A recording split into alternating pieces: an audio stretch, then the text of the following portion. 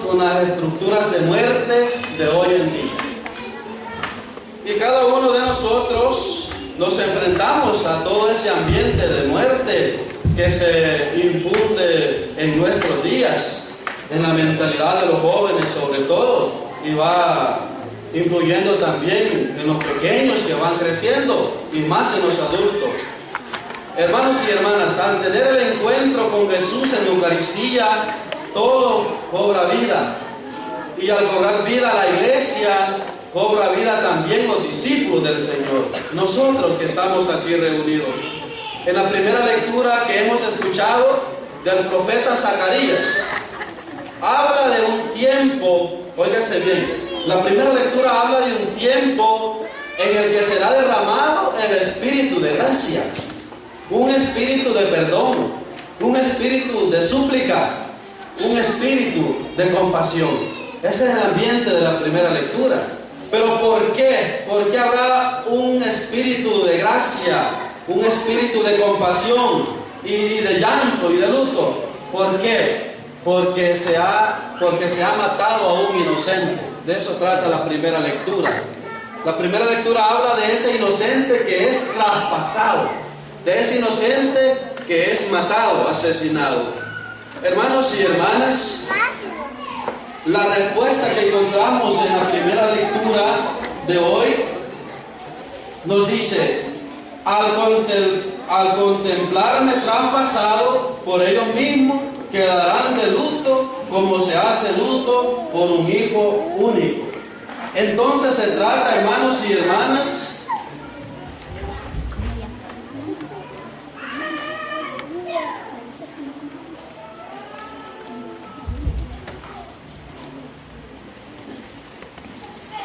¿de qué se trata?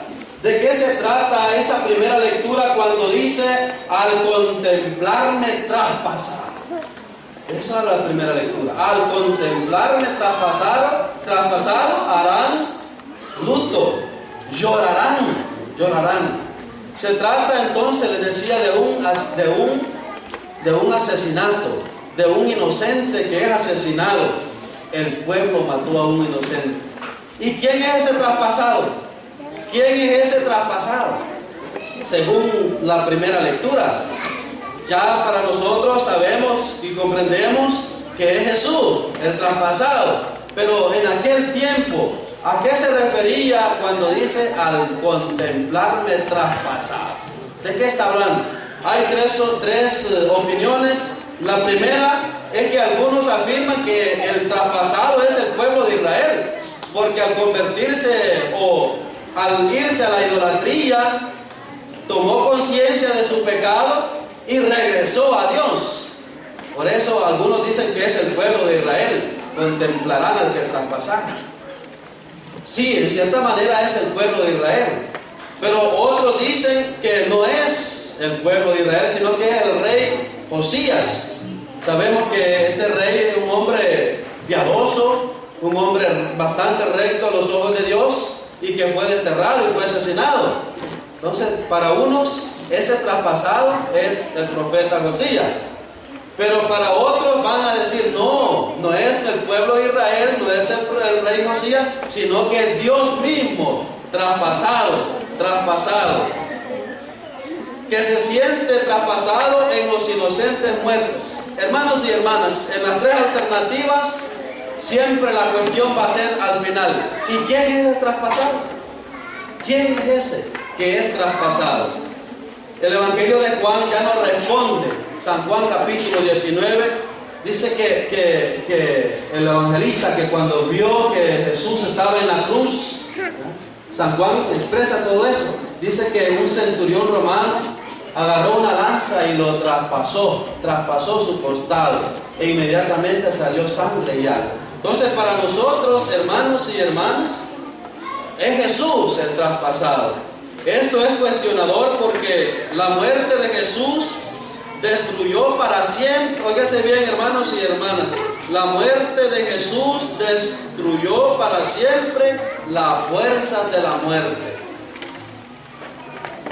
Porque Él mismo dijo que voy a ser entregado a los mandos de los sacerdotes. Ya vamos a hablar de eso más adelante. pero voy a resucitar el tercer día. Hermanos y hermanas, ¿por qué hay tantos entonces inocentes que son asesinados? Podemos hacer también actual esa palabra de Dios. ¿Quién será ese traspasado hoy en día? ¿Quién será el traspasado hoy en día? Aquellos niños que son abortados desde su vientre materno, son esos niños traspasados. Esas familias que viven desunidas, que viven sufrientes. ¿Quiénes serán los traspasados hoy en día? Los jóvenes que son víctimas de la violencia, de la delincuencia, de la prostitución. Allí miremos al traspasado, en el enfermo, en el que sufre. Allí está el traspasado también, en esos ancianitos que muchas veces los despreciamos, que muchas veces no los visitamos, ni les llevamos algo de compartir. Hermanos y hermanas, entonces, ¿por qué hay tantos inocentes que son asesinados, que son traspasados? El Evangelio de hoy, hermanos y hermanas, Jesús es el Mesías de Dios. Es lo que dice Pedro. ¿Cómo dijo Pedro? Tú eres el Mesías de Dios. Lucas pone a Jesús en una actitud de oración. Cuando Jesús va a nombrar a sus discípulos o a elegir a sus discípulos, Jesús está orando. Cuando Jesús va a tomar una decisión importante en su vida o para sus discípulos, Jesús está orando. Y hoy en el Evangelio, Lucas presenta a Jesús en oración. Y estando en esa oración es cuando hace dos preguntas, la que le decía al inicio. Para la gente, le dice Jesús a sus discípulos, ¿quién dice la gente que soy yo? ¿Quién dice la gente que soy yo? Quiero que en esto me ayuden ustedes, hermanos y hermanas. ¿Qué concepción, qué idea tenían la gente de Jesús? ¿Qué era? ¿Qué era? Unos que era Juan el Bautista, otros que Elías, otros que algunos de los antiguos profetas que han resucitado. Así tenían la concepción. Algún maestro extraordinario que hace milagros, que tiene buena oratoria, que acoge a la gente. ¿Qué dice la gente de Jesús? Pero Jesús, hermanos y hermanas, quiere ir más a fondo. Y es por eso que cuestiona a los discípulos al decirles, ¿qué les dice? Y para ustedes, ¿eh? Y ahora para ustedes. Está preguntando a los seguidores de Jesús. Le está preguntando a aquellos que van a continuar la obra salvadora de Jesús, a los discípulos. Les dice, ¿y para ustedes quién soy yo? ¿Y para ustedes quién soy yo? Es cuando Pedro, en nombre de los discípulos, toma la palabra y dice, ¿cómo dijo Pedro, niños? ¿Cómo dijo Pedro? Tú eres el Mesías de Dios. ¿Cómo dijo Pedro? ¿No lo escuchamos? ¿Cómo dijo Pedro? Hermanos y hermanas, cuando Pedro dijo, tú eres el Mesías de Dios, estaba diciendo, tú eres el Cristo. Tú eres el Cristo, el ungido. Hermanos y hermanas, pero para comprender el término Mesías atribuido a Jesús, ese término Mesías o Christos en griego resume lo que Jesús es y hace. Resume lo que Jesús es y hace. Es un maestro, es un profeta, es el revelador con poderes, es el ungido por el Espíritu de Dios. En otras palabras, Jesús es la presencia de Dios en medio de aquel pueblo, en medio de aquella sociedad. Y esta presencia de Jesús, ¿qué trae? Trae libertad y también trae vida. Libertad y vida trae esa presencia de Jesús. Por eso, ya dijimos, ya quedó definido, niños, que Jesús es el Mesías de Dios. Pero este Mesías, niños, miren qué pasó. Este Mesías de Dios se enfrentará con la muerte y la vencerá. Se enfrentará con la muerte y la vencerá. El Mesías, estamos hablando de Cristo, se enfrentará con la muerte y la vencerá. Hermanos y hermanas, el mesianismo de Jesús, su obra de Jesús, es un conflicto con poderes que generan muerte. Porque por un lado están los milagros que hace Jesús, pero por otro lado está el rechazo de algunos. Por un lado está la salvación que ofrece a los pecadores, por otro lado está aquello, ese reuniéndose con los pecadores. Por un lado está Jesús relacionándose con la gente pecadora y otra gente allá criticando. Hermanos y hermanas, Jesús es consciente que tiene que sufrir mucho y no va a sufrir por casualidad.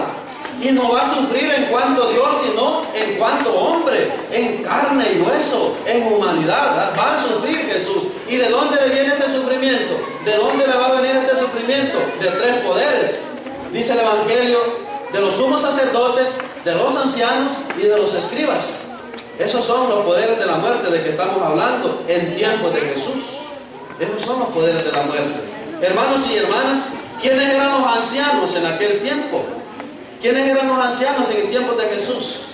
Recordemos que en tiempos de Jesús había una especie de tribunal llamado Sanedrín, compuesto de 72 personas, y solo estaban, ¿verdad?, los de dinero, los de cuello, los de poder. Entonces, este grupo, ¿quiénes eran los ancianos? ¿Quiénes eran? ¿Será que los banderitos que ya no pueden caminar mucho? ¿O quiénes? No era la gente de dinero, así le llamaban los ancianos, ¿verdad? Los ancianos no tanto por la vejez, sino por el dinero. Entonces eran los dueños del dinero. ¿Y quiénes eran los sumos sacerdotes en aquel tiempo? Formaban parte del Sanedrín también, esos sumos sacerdotes. Estamos hablando del Antiguo Testamento, no del Nuevo Testamento, no los sacerdotes de hoy. No. ¿Quiénes eran los sumos sacerdotes? También ellos eran dueños del poder. ¿Y quiénes eran los doctores de la ley? ¿Quiénes eran los doctores de la ley? Los que se consideraban que tenían la verdad absoluta. Entonces, hermanos y hermanas, en síntesis, Jesús se enfrentará a las clases dirigentes, a los dueños del dinero, a los dueños del poder, a los dueños de la verdad. Porque allí se enfrentó Jesús. Y es por eso que les hace ver a los discípulos, el Hijo del Hombre, dice Jesús, el Hijo del Hombre es necesario que sufra mucho, que sea rechazado por los ancianos. Miren, rechazado por los ancianos, los sumos sacerdotes y los escribas, que sea entregado a la muerte y que resucite al tercer día.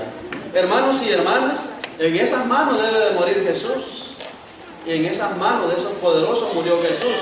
Pero hermanos y hermanas, ¿por qué? Porque la práctica de Jesús contrasta con este pensamiento de los fariseos, de los escribas, de los ancianos. Pero la muerte de Jesús en manos de los poderosos es victoria de Dios, pues resucitará al tercer día. Hermanos y hermanas, y así es como Él realiza su mesianismo. Muriendo vence la muerte, y venciendo la muerte comunica también vida, y vida en abundancia. Ahora bien, sabiendo que Jesús es el Mesías de Dios y que tiene que enfrentarse con la muerte, con estos poderes de muerte, de poder, ¿qué le toca a los discípulos entonces? ¿Qué les toca? ¿La misma suerte? ¿O qué nos tocará? Jesús, dirigiéndose a la multitud, le dice: si alguno quiere acompañarme, que se niegue a sí mismo, que tome su cruz de cada día y me siga. Tres características para ser discípulos del Mesías. Primero dijimos, renunciar a sí mismo. Segundo, tomar la cruz de cada día. Tercero, ponerse en camino, caminar, el seguimiento. Renunciar a sí mismo, hermanos y hermanas, es deshacerse de toda esa ambición de poder, es deshacerse de ese pensamiento del Sanedrín, pensamiento de poder, de absoluta verdad, del dinero, renunciar a sí mismo. ¿Y cuánto nos cuesta renunciar a nuestros caprichos? ¿Cuánto nos cuesta renunciar a nosotros mismos? ¿A cuánto no le gustaría estar en su casita, yéndose en otro lado, yéndose para otra parroquia donde no lo conocen. Entonces, hermanos y hermanas, renunciar a sí mismo. Segunda característica, dijimos tomar la cruz. Y San Lucas dice diariamente. Quiere resaltar que la lucha es dura y que la resistencia tiene que ser constante. Siempre estar atento. Seguir a Jesús. La tercera característica es ser o identificarse con Jesús. Marginado, rechazado, insultado, maltratado, con salivazos. Y nosotros, hermanos y hermanas, ¿qué actitud ponemos cuando nos enfrentamos con estos poderes de muerte? ¿Qué actitud tenemos nosotros cuando nos insultan, cuando nos calumnian? ¿Qué actitud tomamos? Muchas veces de desánimo, muchas veces de responder a aquellos que nos dicen, u otras veces quedamos para siempre. Pues que se salve él, que se salve ella. No, hermanos y hermanas, el seguimiento es personal. Y el seguimiento, cuando es personal, también es comunitario. Seguimos a Jesús y lo seguimos en comunidad. Queridos hermanos y hermanas, que al celebrar esta Eucaristía, el Señor nos ayude a nosotros a descubrir dónde está Jesús. ¿Dónde está Jesús traspasado hoy en día? ¿Dónde sigue Jesús traspasado? Pidamos al Señor para que nos ayude a enfrentarnos con este tipo de muerte, para que al final seamos vencedores. Alabado sea Jesucristo.